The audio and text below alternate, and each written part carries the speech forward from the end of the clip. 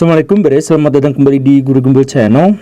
Kemarin lalu itu di kolom komentar ada sebuah saran, sebuah pernyataan.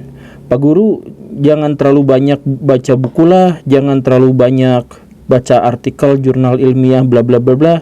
Nanti pinter. Dan kalau orang udah kelewat pinter, biasanya dia jadi ateis gitu. Ada dua pernyataan seperti itu dan bukan hanya sekali gitu. Ada misalkan pernyataan yang lain, Pak Guru, hati-hati jangan banyak baca buku ini, nanti terpengaruh. Jangan banyak baca buku itu, nanti terpengaruh dan akhirnya hilang iman. Ada yang kayak gitu ya. Kemudian Pak Guru, kenapa ya kalau orang-orang ateis itu pinter-pinter gitu?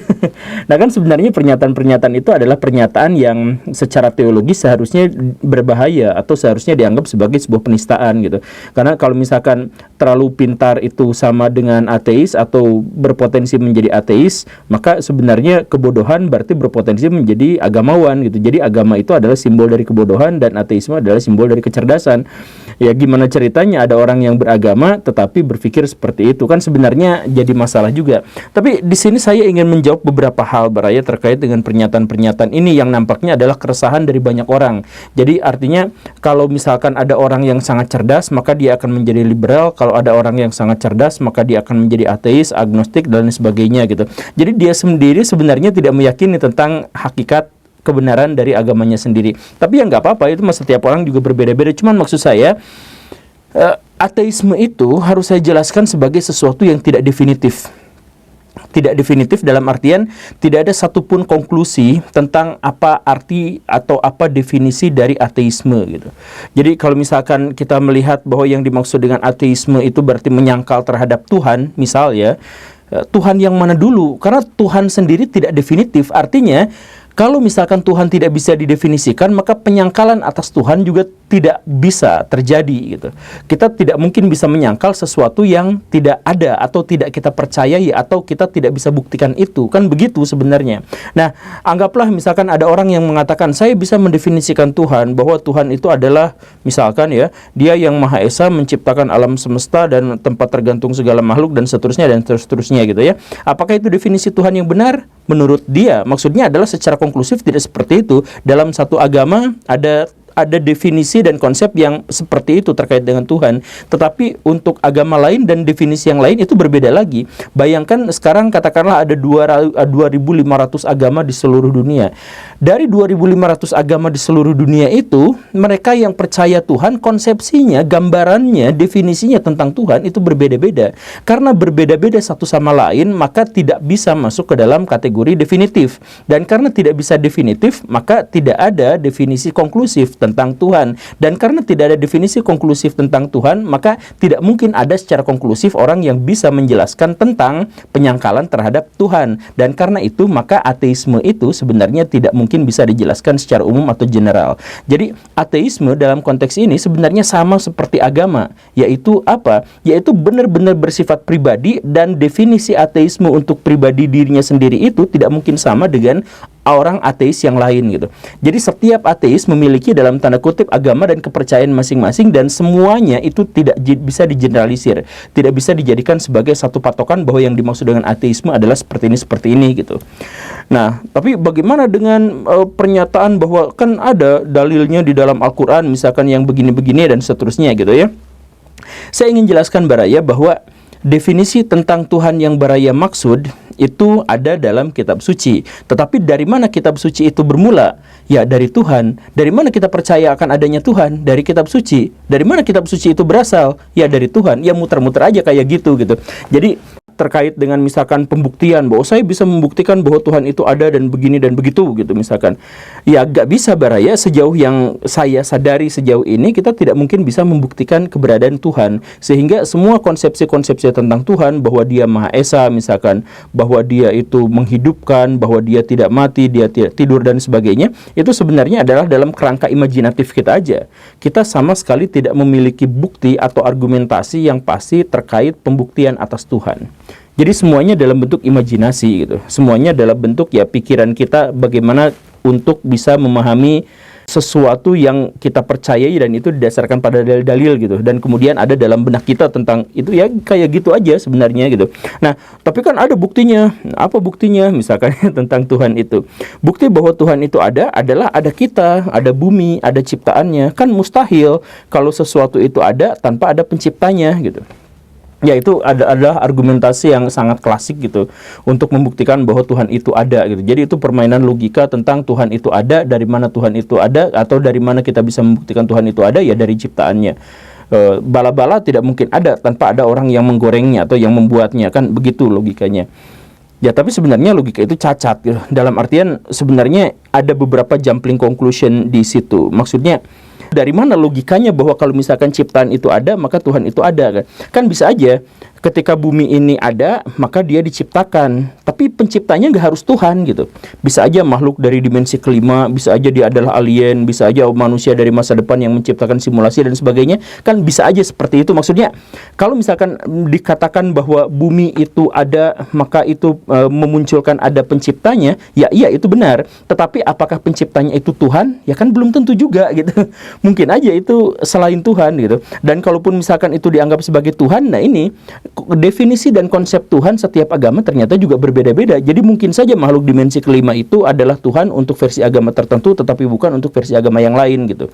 Bisa aja. Kan kita tuh sudah menyematkan definisi-definisi, kriteria-kriteria, sifat-sifat Tuhan. Misalkan Tuhan Maha Esa, Tuhan Maha Kuasa dan sebagainya. Dari mana kita tahu bahwa yang menciptakan kita itu adalah Esa gitu. Yang menciptakan kita itu adalah Tuhan dan Tuhan itu adalah Esa. Kan nggak bisa kita buktikan gitu. Ya bisa aja dengan logika kita pikirin kalau misalkan ada Tuhan, kemudian Tuhannya dua, ya tentu saja berkelahi gitu. Nah, pikiran bahwa dua Tuhan itu akan berkelahi ya sebenarnya juga kan sebenarnya argumentasi yang didasarkan pada bayangan kita tentang manusia gitu. Maksudnya kalau kita berpikir bahwa ada manusia yang sangat kuat dan menjadi raja, maka ketemu sama raja, maka dia akan rebutan kekuasaan gitu. Ya berarti definisi dan pikiran kita tentang Tuhan berarti harus disesuaikan dengan jiwa manusia atau pribadi manusia atau atribut-atribut yang melekat pada diri manusia gitu kan. Nah, berarti ya bisa aja dipahami seperti itu, tetapi kan tidak bisa dibuktikan. Bisa aja ternyata Tuhan itu ada dua gitu, dan mereka tidak berkelahi dan mereka bagi-bagi kekuasaan ya, atau menciptakan universe masing-masing gitu. Ya kan kita juga tidak tahu, maksudnya mau ngebantah itu atau mau ngedukung itu kita tidak bisa membuktikannya, kita hanya bisa menciptakan logika-logika semacam itu gitu. Jadi saya sudah memeriksa banyak sekali argumentasi-argumentasi kalangan agamawan untuk menolak kaum ateis misalkan. Ya sebenarnya logika-logikanya sangat sederhana gitu dan bisa dengan sangat mudah dibantah gitu. Saya mohon maaf ya, misalkan ada argumentasi bahwa bukti bahwa Tuhan itu ada adalah keteraturan semesta. Bahwa misalkan bumi bergeser sedikit saja dari orbitnya itu tidak akan ada kehidupan dan seterusnya gitu ya. Ya ini juga sebenarnya cacat logika. Selain cacat logika yang tadi itu, maaf ya, cacat logika itu bukan berarti salah, bisa aja sistem logika kita yang cacat gitu. Ya, tapi maksudnya gini lah, nanti itu kita bahas kapan-kapan. Cuman maksudnya bisa aja misalkan bumi ini ada dalam kondisi keteraturan bukan gara-gara ada yang ngatur, tetapi karena probabilitas bahwa bumi ini ada dan ada makhluk hidupnya, dan kalau misalkan kemungkinannya geser sedikit aja tidak ada kehidupannya, itu kan probabilitasnya itu adalah 1 berbanding bertriliun-triliun planet yang tidak dihuni oleh makhluk hidup gitu. Sehingga kalau misalkan yang lain itu gagal dan kemudian bumi secara kebetulan itu ada, ya kebetulannya itu adalah kebetulan yang masuk akal gitu. Itu sains sebenarnya bisa menjelaskan itu. Cuman maksudnya kalau bumi dianggap sebagai keteraturan dan keteraturan itu dianggap sebagai ada yang mengontrolnya, ada yang mengaturnya, ya kalaupun seperti itu, tapi kan tidak harus seperti itu sebenarnya. Tapi kalaupun dianggap seperti itu, maka itu pun sebenarnya tidak harus bahwa yang mengaturnya itu adalah Tuhan gitu. Bisa aja ada sebuah mekanisme tertentu gitu, mekanisme gravitasi. Kalau misalkan dalam pikiran Hawking gitu, gravitasi itu sudah cukup untuk bisa menjelaskan segala sesuatu yang ada di bumi gitu. Bahwa kehidupan ada di bumi gara-gara gravitasi itu semuanya sudah bisa dijelaskan semuanya gitu. Maka theory of everything gitu, segala sesuatunya sudah terjelaskan gitu. Nah, bukan berarti saya itu tidak beragama bukan berarti saya itu ateis. Sampai saat ini saya tuh beragama. Sampai sejauh ini saya tuh muslim, dan saya sepenuhnya tanpa ada keraguan sedikit pun bahwa saya percaya bahwa ada Tuhan Allah Subhanahu wa taala yang menciptakan alam semesta, dan bahwa Nabi Muhammad itu adalah utusan dari Tuhan. Saya percaya sepenuhnya. Cuman maksudnya, sejauh yang saya ketahui, seluruh argumentasi kaum agamawan kalau misalkan ingin menyerang ateis, saya bisa bantah semuanya gitu. Ya, jadi banyak di antara kalangan agamawan tuh yang begitu percaya diri ini adalah pertanyaan yang tidak mungkin bisa dijawab oleh ateis gitu. Misalkan ada yang mengatakan seperti itu gitu, bahwa ini adalah bukti bahwa Tuhan itu ada dan ateis pasti kelepak-kelepak gitu. Pas saya dengar argumentasinya kosong semuanya, saya bisa jelaskan itu hanya dalam beberapa kalimat dan tidak akan bisa dibantah lagi gitu. Sekali lagi, bukan berarti saya tidak beragama, bukan berarti saya tidak bertuhan. Cuman maksudnya adalah argumentasi-argumentasi itu sepenuhnya adalah argumentasi-argumentasi imajinatif gitu. Paling jauh itu didasarkan pada logika, pada kemungkinan-kemungkinan, pada misalkan sebab akibat, ya kayak tadi itu. Kalau misalkan bumi itu ada, maka pasti Tuhan itu juga ada, ya kayak gitu kan. Kan kita gak bisa membuktikan itu di dunia nyata dalam studi empiris gitu. Nah, makanya kalau Baraya mau belajar agama ke saya karena iman saya itu kuat. Maksudnya kan kalau misalkan banyak di antara ustadz-ustadz, ulama-ulama itu sangat-sangat inferior dan sangat-sangat ketakutan. Sedemikian sehingga mereka itu sering mengingatkan umatnya, jangan belajar itu, nanti kamu gini. Jangan belajar itu, kamu nanti gini. Nah, jadi mereka tuh belum menguji iman mereka, dan mereka takut banget sampai hati-hati jangan ke sana, hati-hati jangan ke sana gitu ya. Tapi kalau misalkan mereka bermonolog, mereka dengan enteng menceritakan tentang cerita-cerita yang menunjukkan bahwa orang ateis itu akhirnya bungkam dan sebagainya. Padahal mereka sendiri sudah sejak awal a priori gitu, jangan ini gitu ya. Nah, kalau misalkan saya gak jadi masalah, saya bahas semuanya, saya pelajari semuanya, semua agama saya pelajari, semua argumentasi mereka saya pelajari gitu. Sehingga saya bisa aja misalkan membela orang-orang ateis dari serangan kaum agamawan, dan saya juga bisa membela kalangan beragama dari orang-orang ateis. Nah, kenapa bisa seperti itu? Maksud saya ingin menjelaskan seperti ini adalah karena sebenarnya karena ateisme itu tidak bisa dijelaskan secara definitif, maka dia tidak bisa menjadi sebuah kesepakatan bersama atau konklusi. Karena tidak bisa menjadi kesepakatan atau kesimpulan bersama, maka ateisme itu sebenarnya adalah sesuatu yang sangat subjektif dan sangat pribadi. Dan karena itu, maka ateisme dalam konteks ini itu sama seperti agama. Jadi ateisme itu, penolakan terhadap agama, itu sebenarnya adalah agama berikutnya gitu. Ini semacam filsafat gitu. Filsafat itu kan, ada nggak di sini yang berani membantah filsafat? Ada. Siapa? Silahkan ajukan argumentasinya. Ketika dia berargumentasi, dia berfilsafat. Jadi dia menentang filsafat justru dengan filsafat. Oh, saya tidak akan pakai filsafat. Ya berarti dia tidak tahu tentang filsafat. Kan kalau tidak tahu tentang filsafat, bagaimana cara dia bisa berargumentasi untuk mengalahkannya? Jadi di situ muncul perputaran-putaran gitu. Termasuk dalam hal ini, saya menolak agama karena agama adalah begini-begini. Kan agamanya tidak definitif. Karena agama tidak definitif, maka dia hanya mungkin bisa menjelaskan ateisme dalam konteks pribadi, tidak dalam konteks general gitu. Karena dalam konteks pribadi, maka tidak mungkin bisa dibenturkan dengan pernyataan-pernyataan yang lain gitu. Nah, jadi bagaimana seseorang itu menjadi ateis? Ternyata, ini mah hipotesis saya ya, ternyata seseorang menjadi ateis itu bukan gara-gara logika berpikirnya. Sebab kalau logika berpikir itu nggak akan nyampe. Baik untuk menerima atau menyangkal agama itu nggak nyampe logika itu. Seperti yang dijelaskan tadi itu. Nah, jadi orang-orang menjadi ateis atau orang menjadi beragama itu sebenarnya adalah karena faktor-faktor yang lain. Secara khusus itu adalah masalah emosi. Ini hipotesis saya. Jadi maksudnya saya akan tunjukkan statistiknya. Baraya, kita mengetahui bahwa ajaran agama Islam sekarang itu dianut oleh orang-orang di seluruh dunia yang jumlahnya sampai hampir 2 miliar.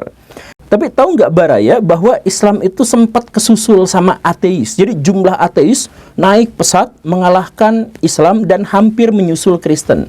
Kapan itu? Di era Perang Dunia Kedua dan kemudian era Perang Dingin. Nah, kenapa ateisme bisa muncul di era itu? Karena era itu penuh dengan tragedi. Ada banyak kematian, ada banyak kesedihan. Ada orang tua yang meratapi kematian anaknya, ada anak yang meratapi kematian orang tuanya, ada sahabat yang ditinggal mati oleh sahabatnya, dan seterusnya. Tragedi yang sangat besar itulah yang pada akhirnya meningkatkan ateisme. Karena penerimaan kita pada Tuhan itu biasanya didasarkan pada logika-logika intuitif gitu. Jadi maksudnya kita menerima Tuhan karena Tuhan itu adalah representasi dari keegoan kita yang sempurna atau dibuat sempurna atau secara imajinatif sempurna gitu.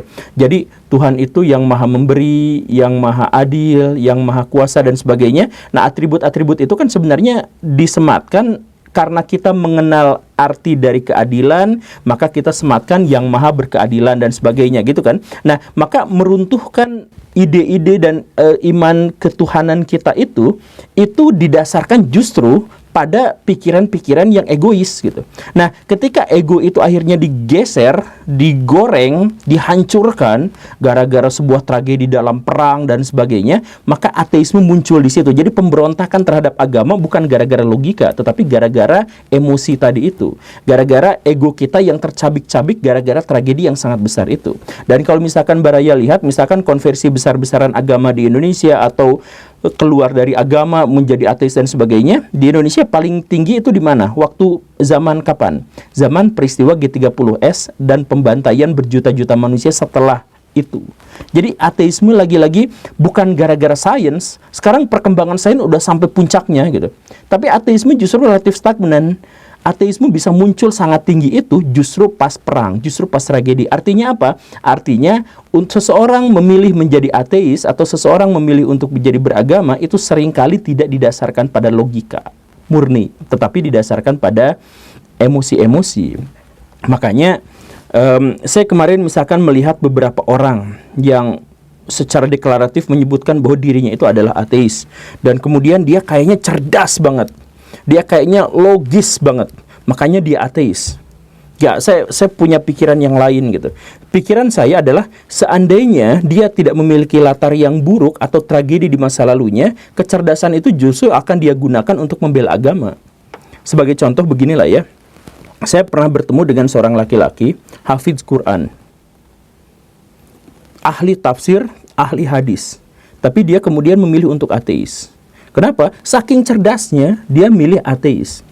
Kata orang, tetapi saya berpikir bukan seperti itu. Ternyata yang saya analisis adalah karena dia berislam dengan tragis.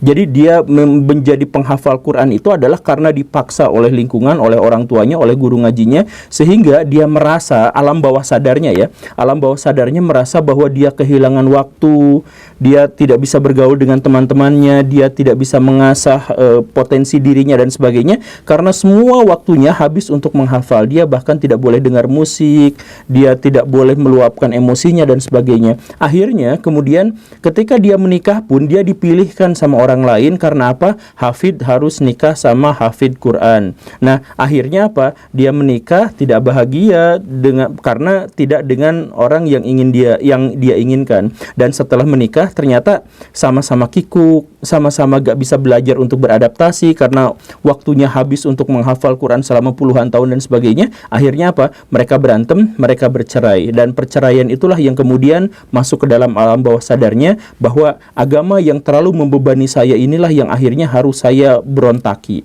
dan akhirnya dia menjadi ateis padahal dia hafal Quran gitu. Ada kejadian seperti itu. Jadi menjadi ateis itu bukan gara-gara pilihan logis, tetapi gara-gara emosi. Jadi ada tragedi masa lalu yang membuatnya menjadi seperti itu gitu. Atau misalkan kawan saya yang lain, dia menjadi ateis. Dia dibesarkan di sebuah lingkungan, di lingkungan keluarga yang terdiri dari ayah dan ibu yang beda agama. Dan ayah dan ibu itu debat agama hampir setiap hari. Dan di sisi lain, si anak kecil ini sejak kecil, dia mau gabung ke komunitas agama ini dikatain kafir. Dia gabung ke komunitas agama lain ini, yang lainnya dia juga dianggap kafir. Akhirnya apa? Dia sendirian, gak punya temen, dia gak bisa berbagi. Dia mau ikutan ibadah yang kayak gini juga malah gak boleh. Dia ikutan ibadah gini juga malah harus didaftarin apa segala rupa, dan itu tidak mungkin. Akhirnya apa? Akhirnya dia mencari alasan bahwa ini sebenarnya normal, bahwa ateisme itu baik, bahwa ya agama itu justru malah mempersekusi, memberikan penghakiman kepada manusia dan sebagainya, dan akhirnya di masa depan dia menjadi ateis. Ya memang itu adalah pilihan yang cerdas. Dia sendiri adalah orang yang cerdas gitu. Tetapi memilih menjadi ateisme sama seperti memilih menjadi agamawan atau memilih untuk tetap beragama, yaitu tidak didasarkan pada pertimbangan-pertimbangan logika murni, tetapi didasarkan pada pengalaman-pengalaman waktu kecilnya dia gitu. Makanya kalau misalkan Baraya cek ateisme ala misalkan ya Pak Dr. Yu Hasan gitu. Dr. Yu Hasan itu ateis nggak sih? Kalau misalkan kita melihat bagaimana cara beliau berpikir dan kemudian melakukan penyangkalan-penyangkalan terhadap sesuatu yang gaib gitu, misalkan bahwa beliau misalkan menentang sesuatu yang namanya roh atau jiwa, bahwa dalam diri manusia itu sudah terjelaskan secara ilmiah semuanya tanpa harus melibatkan yang namanya jiwa atau spirit atau yang semacam itu. Beliau juga menyangkal sesuatu yang gaib yang lain yang dipercaya oleh kalangan beragama, misalkan seperti itu. Apakah dia ateis? Beliau sendiri tidak pernah mendeklarasikan bahwa dirinya itu ateis. Jadi mungkin aja dia beragama gitu. Kenapa seperti itu? Ya karena yang saya sebutkan tadi, bahwa definisi ateis itu tidak bisa konklusif, dan karena itu maka seseorang tidak harus menjelaskan bahwa dirinya itu ateis atau tidak, mendeklarasikan dirinya ateis atau tidak, karena ateis versi dirinya belum tentu itu ateis versi orang lain gitu. Dan Pak Dr. Yu Hasan juga mengatakan, saya juga nggak tahu saya ateis atau tidak gitu.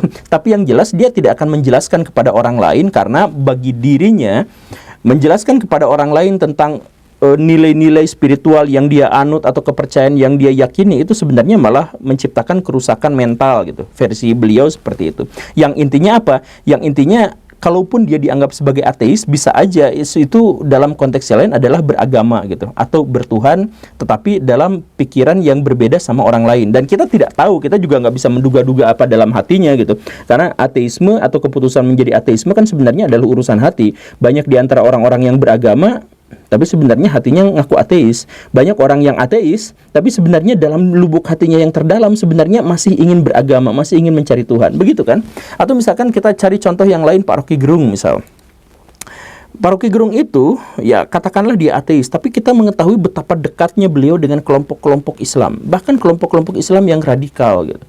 Dan sampai-sampai kelompok-kelompok itu mengatakan bahwa Rocky Gerung itu sebenarnya adalah seorang muslim tanpa syahadat gitu. Ya, karena pembelaan beliau terhadap kepentingan-kepentingan Islam, atau bahwa beliau secara terang-terangan memang memuji dan memuja Nabi Muhammad dalam berbagai forum dan sebagainya. Ya akhirnya banyak juga orang yang menyimpulkan, tapi apa sebenarnya agama dari Pak Rocky Gerung itu? Kan kita juga tidak tahu bagaimana penerimaan dia tentang Tuhan. Pertama, kita tidak tahu apakah dia di dalam hatinya menerima Tuhan atau tidak, karena kita tidak memiliki metodologi untuk mengetahui isi hati orang lain. Itu yang pertama.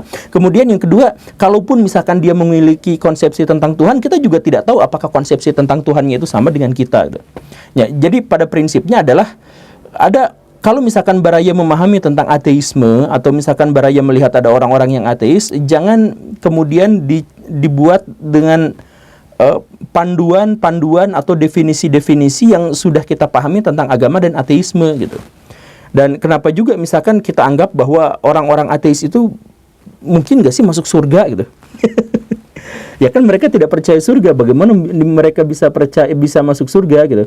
Ya kita juga kan bahkan kita yang percaya sama surga juga belum tentu masuk surga, atau kita percaya pada surga versinya orang Kristen gitu. Tetapi kan kata orang Islam, percaya pada surganya versi Kristen berarti tidak akan masuk surga dalam versi Islam, begitu kan? Jadi surga yang benar bagaimana?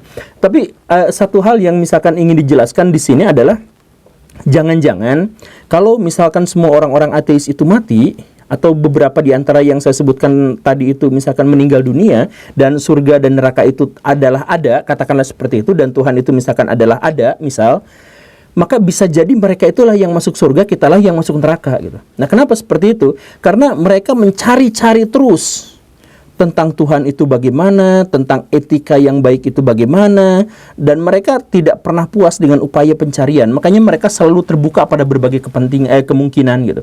Tapi ketika mereka misalkan mau masuk pada satu agama tertentu, ketika dia melihat agama itu malah jadi sumber kebencian, kemudian awal mula dari sebuah konflik, kemudian orang-orang yang beragama itu cenderung kepada kebodohan, kemudian mereka itu sangat-sangat a priori, ada begitu banyak cacat logika di antara mereka, apple to heaven di mana-mana dan sebagainya.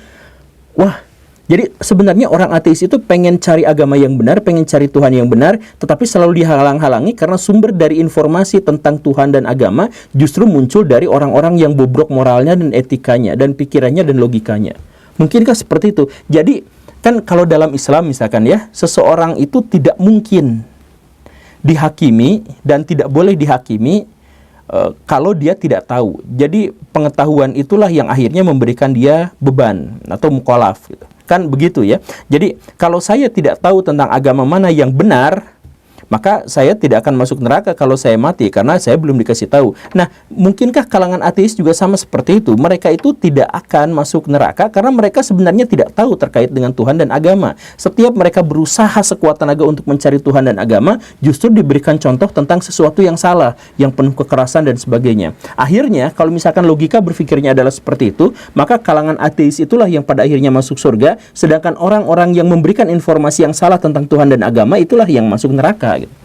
Jadi orang-orang yang bersorban, yang takbir-takbir, yang kemudian membuat kalangan ateis masa orang-orang beragama kayak gitu. Nah, jangan-jangan, ini mah jangan-jangan dalam logika yang seperti ini, mereka lah yang masuk neraka dan orang ateis itulah yang masuk sorga, karena mereka berusaha untuk mencari kebenaran. Tentang berhasil atau tidaknya kan itu mah urusan Tuhan. Cuman maksudnya dia sedang memproses untuk mencari agama yang benar, mencari Tuhan yang benar. Masuk akal nggak sih kayak gitu? Makanya ini mah renungan aja. Saya tidak mencantumkan banyak referensi karena ini sekedar renungan. Terima kasih karena sudah menyimak. Saya Guru Gembul. Silakan berpikir sama-sama. Assalamualaikum warahmatullahi wabarakatuh.